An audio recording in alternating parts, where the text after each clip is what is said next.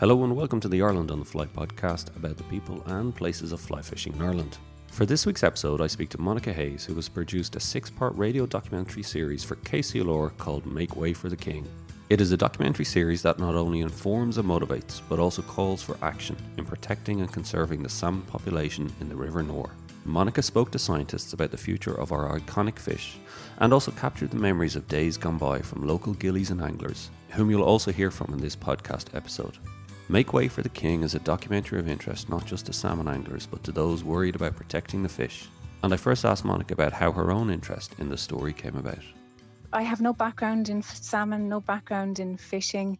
The idea came about, I work as a project program producer within KCLR. I'm always having an eye out and an ear open to projects that we can get funding for. And we got information about this NASCO project through another state agency. And I suppose I put on my thinking cap.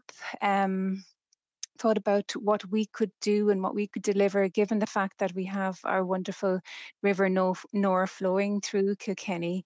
I suppose I also have an interest in conservation and in nature. So from there, I put together a pitch for an idea, which was, I suppose, supported and given. I got given advice about it from Professor Ken Whelan, who is a salmon expert here in Ireland, and he has contributed a lot as well to the themes and the topics of the 6 programs. And actually, we'll hear from Ken actually in a minute talking about the, I suppose, the historical background to the salmon and the Nore. But like a good journalist you are, you come up with an idea, you see there's a potential for a scope for this idea. What I think is remarkable as well is that you developed into a 6-part series, so it wasn't just a one-off documentary. A huge amount of work. I know myself, having done documentaries and worked in radio, 6-parter is a lot of work gone into it. Yeah, there's a lot of work, and I suppose um, it is and has been quite daunting to fill those. It's each program is 2 hours, so to fill 6 2-hour programs with salmon, it is daunting to do that. At the same time, I'm being really surprised at how uh, easy it is to do it too, because people have a huge passion for, first of all, the river, and second of all, salmon. And that is really lovely to see, to witness, and to hear then in the programs. So, and then also through connections, I would ring one person and they would say, "Oh, you need to talk to somebody else. Somebody else has this story." And from there, then my contacts grew and are keeping on growing now as the programs progress. So what are the 6 episodes covering? So we start off with a look at memories of the old times of salmon fishing on the Nore when salmon were plentiful, a bit of nostalgia and a bit of history. And then we delve in the second program, we look at actually the salmon themselves, their life cycle on the Nore, their spawning habits. We touch a little bit on the importance of water quality and habitat, and we also keep an eye and an ear out to the anglers and what gear they use, the tie-in of flies, um, the lines and the nets and the rods. Um, I suppose the beauty of these programs is that there's a whole range of different contributors. Like we have anglers, we have scientists, we have historians. There's also community activists and state agencies, also people representing state agencies also involved in it. So there's a lovely range of voices and stories because of that. Going forward, we touch on, as you know, the number of salmon in our rivers has plummeted over the years, and that's a major concern. And I suppose the origins of this program series is to look at that. So we look at global warming, the impact of pollution, overfishing in the Atlantic Ocean, some of these things that are happening that are causing the number of salmon to decrease and to come back to our rivers. So, and then the last program then, I suppose, ties into the name of the program series, Make Way for the King. We kind of look at, well, how can we make way for the king? The salmon is the king of the fish.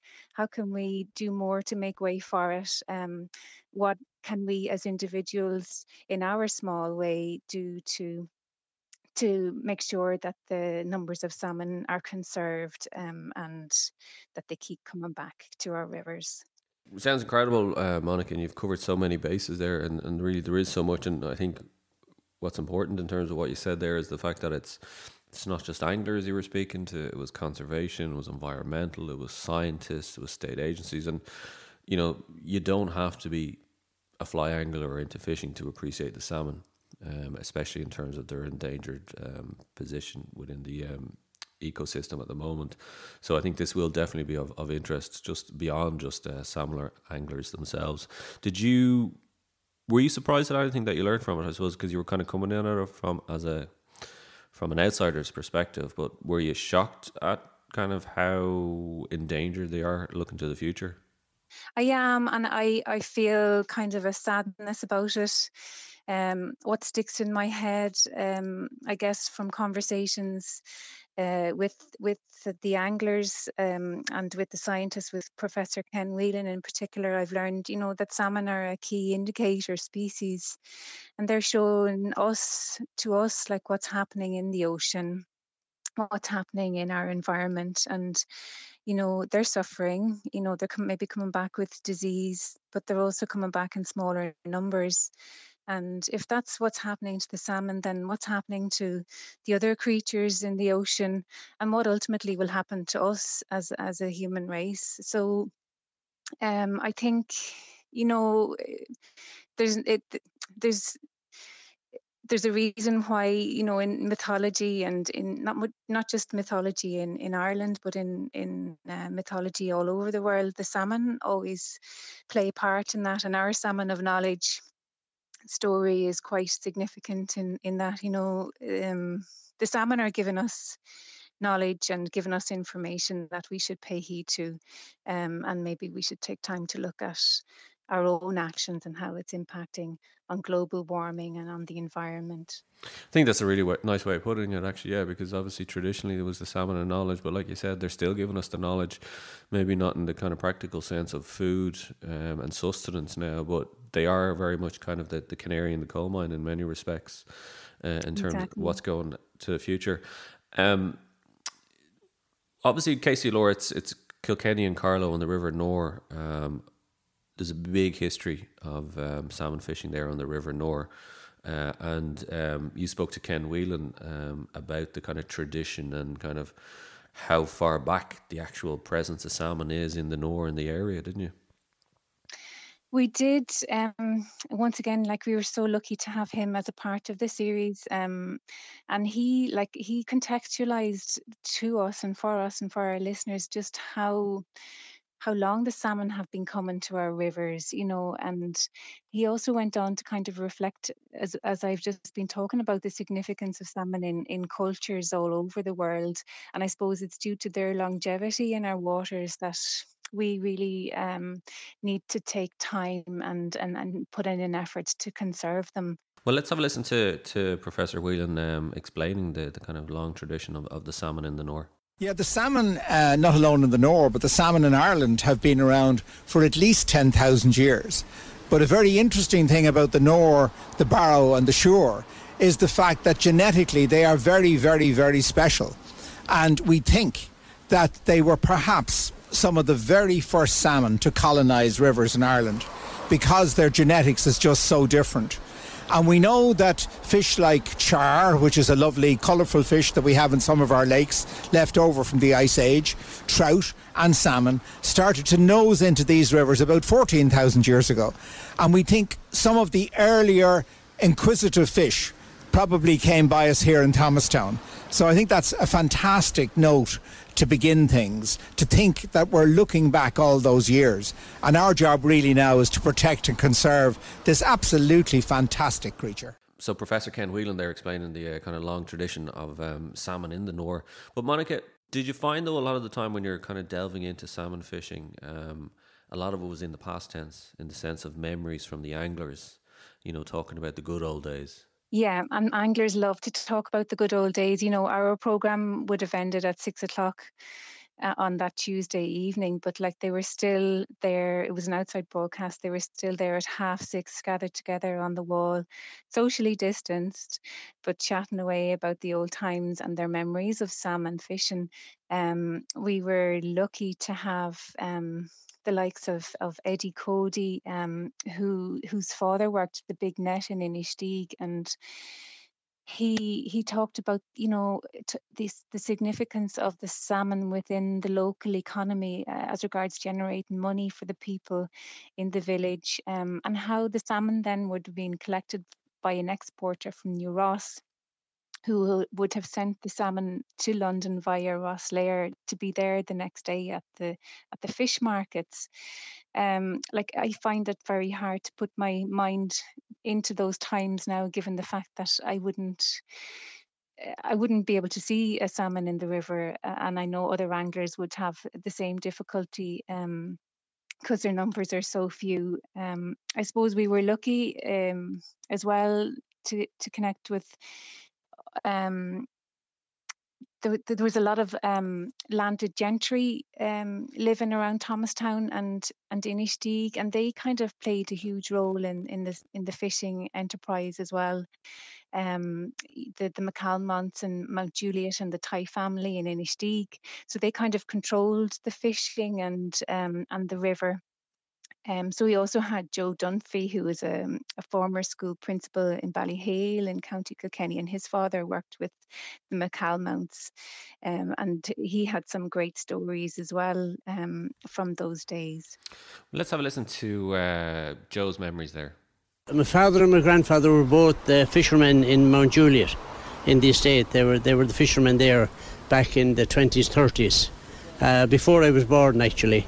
And of course my father fished practically up to the day he died, And when you say they were the fishermen in the estate, what exactly did that mean? Well, they were working for the McCalmont estate as fishermen. They worked, say, as ghillies. When McCalmont's wanted salmon, they just told them to go out and get them. And I talked to a lady there one time who was working in the house, and she'd asked my father, somebody coming today, we need a salmon. And his answer invariably was, sure, no problem, what size? Not nowadays, you wouldn't get that. It is incredible, isn't it, Monica? Like the rich history. I know myself, having done a few documentaries, that it's a bit of a goldmine, I think, in terms of the rich cultural past, and it's crying out to be recorded and kept for posterity's sake, because it's changed so much. I'm fascinated by Shem Caulfield's talking about the different boats and the cot racing. You might just talk a bit about that. Yeah, like, I'm no expert now on the river and on salmon fishing, but I do know that each river seemed to have its own type of boat from which they'd fish the salmon from, and these boats were called cots. They'd work in pairs, and there'd be a net between them, and the fishermen would use that net then to catch up the fish. Shem Caulfield, he's a Thomastown man. He's really involved in all things to do with the river, and a few years ago he would have got funding to build a replica cot, and he did a lot of research in order to do that project on cots, and discovered the link between those cot boats that were fishing, but also then racing cots. Racing cots became very popular in the Victorian ages, and there used to be great regattas on the River Nore, like, over the years, which would have brought fierce competition seemingly to families, and communities around the place. And he told us a lot about that, and it was fascinating. There's a whole tradition, as you know, of boats that are indigenous to the various rivers, and there's a great tome produced for rivers in Ireland, and it'll show you just a vast range of boats that were developed locally for particular rivers. And the cot, or the Nore cot, is 19 to 21 foot long, pointed both ends. In recent years now, there have been cutbacks. They've cut and put a transom on for an outboard. And there's again a huge tradition that's lost here now of racing, particularly in the late Victorian era here, and some fantastic competitions. We had teams from the UK coming over here to challenge the very best of us. But I just tell you one, like I did a bit of research in terms of some of the great boats of the time, the great racing boats, and they'd be developed from the competitions between fishermen the whole way from Thomastown down to Ross and further on down as far as Waterford. And some of the names were the Duranon, the Green Diver, right, the Nore Lass, all of those. And on the shore as well, you had great boat builders along there. But I don't know if you remember the great Dottie Power had his birthday, 104th. I surely did. He was in the Irish Times. Yeah, indeed. Doing good. Well, he was parked up there a few years ago, and Dottie has a fantastic memory. He was parked up on Market Street there one day, so I said I'd try him out, and I tapped the window, and he said, "Well, young Caulfield," and I said, "The Duranon, the Green Diver, round the arse fecking things," he said, "you couldn't stay in them." And he knew immediately what they were. He said he greased the bottoms of them above at Ireland's Inch back in the 30s or 40s, So that tradition and that racing tradition was very, very strong. They say at the Pink Rock, at the turn of the last century now. That's halfway between here and Innisteak, isn't it? No, the Pink Rock now would be... the Pink, not the Fourpenny Rock is what I'm thinking of, yeah. There was up to 40,000 people at a regatta there, which is a huge number. That's down where the new bridge is now. Yeah, down about there, at that.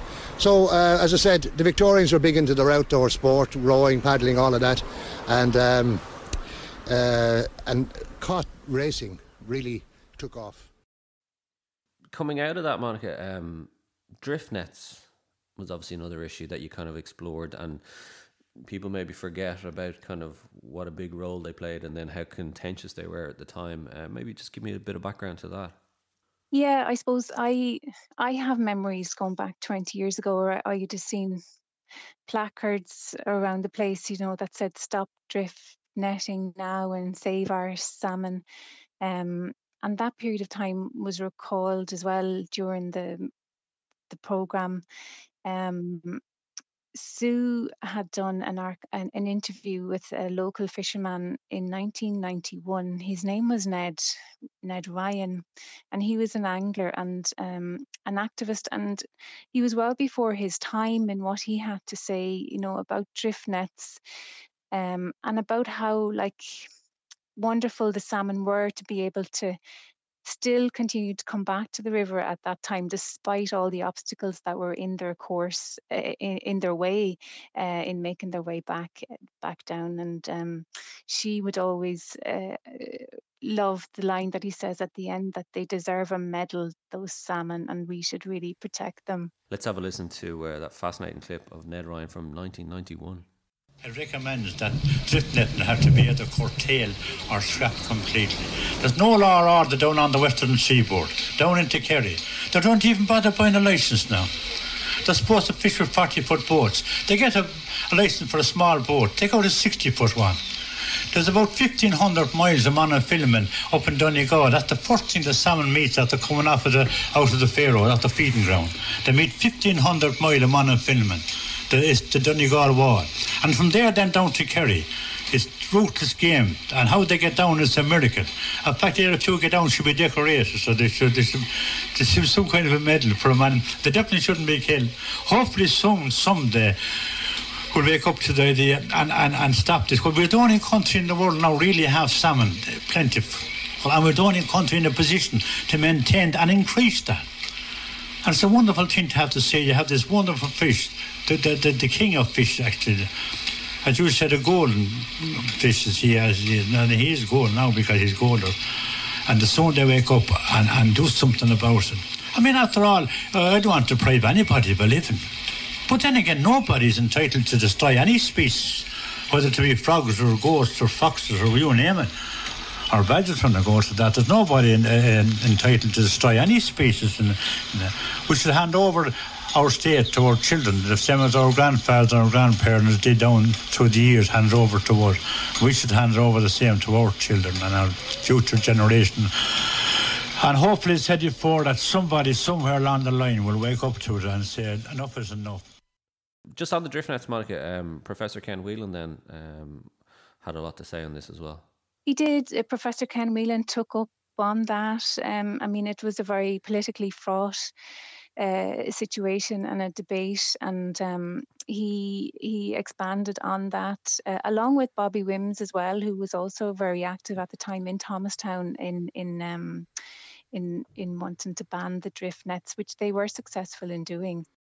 The campaigning started in 2003. It was the first, thanks to Ken and some of the other scientists, we now had a rationale as to why drift nets should go. I mean, there was a logical reason as to why guys out at sea couldn't indiscriminately catch fish that were going to rivers that had full of salmon, but also rivers that had very little salmon. So the only way to stop that, to protect the species in the endangered rivers, was to stop the whole thing. And that started the campaign, and it lasted 4 years, four tough years, and we were up against 888 drift net licenses.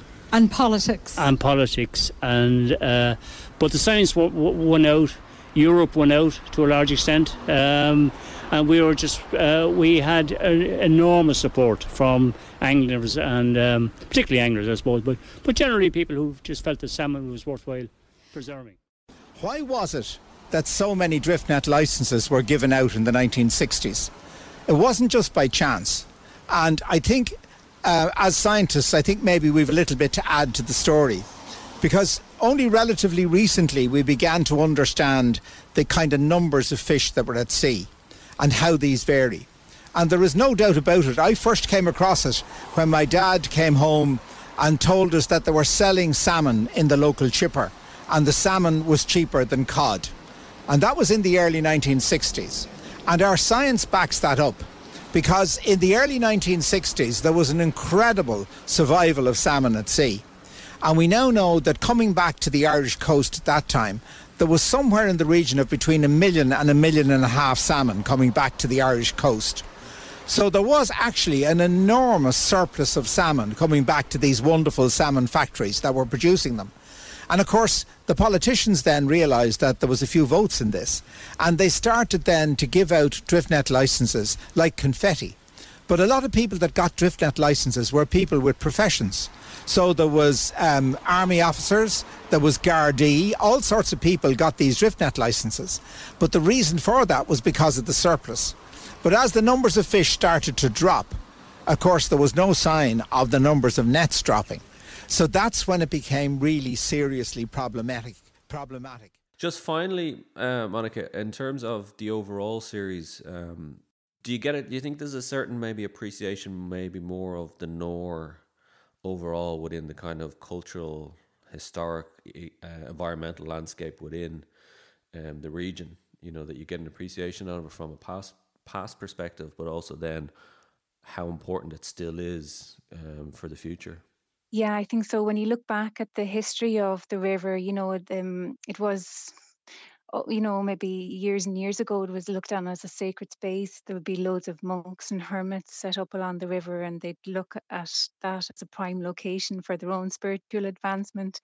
And then it kind of came a highway for trade and for economics, and there was lots of mills and weirs set up on it, the weirs to catch the fish or the eels or whatever. And now it's like we use it, I guess, more so for recreation purposes. And you know, maybe fish, only a few might fish on it, but you know, maybe use it for canoeing or other water sports. I think that it over the years has been ignored a little bit by people. I think, though, more and more that people recognize how important water is, and good, clean water is to not just the creatures in the river, but also to their own health. So I hope that this program series will also then go on to reaffirm that, and to go a little bit in reconnecting people to water and to nature again, and of course ultimately as well to the salmon, who are so at risk and vulnerable at the moment in the river. No, you're so right. I live in Tipperary, and I'd often be driving through Kilkenny, and it always strikes me, especially if it's the weekend, you're driving through Kilkenny and you drive over the river, over the bridge, and the restaurants and bars, well, this was pre-COVID obviously, would be packed and people would be out and about, and you kind of wonder, the city grew up around the river, it gave such sustenance to people, and now we took rivers for granted. Now there's obviously a lot more awareness of how important they are environmentally, but I still think we kind of take it for granted that it's just something that flows by, and how many people actually stop to kind of look and kind of go and appreciate what it is.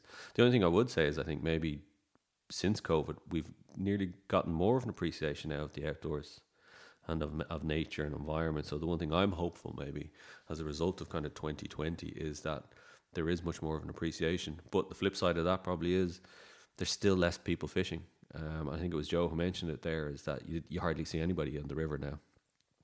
That's right. Yeah, he was afraid that he'd be dead by the river and nobody would find him, and that is a struggle with a lot of the angling clubs. Would also say that they have no young members to keep that club going. And I guess what I've come to realize is that the anglers are the people who have the interests of the fish and what's in the river at their hearts as well, and they're the ones that would know what's going on and have that connection to it. So it's important that young people do engage with it and take up that mantle of guardianship that the anglers and the angling clubs have at the moment.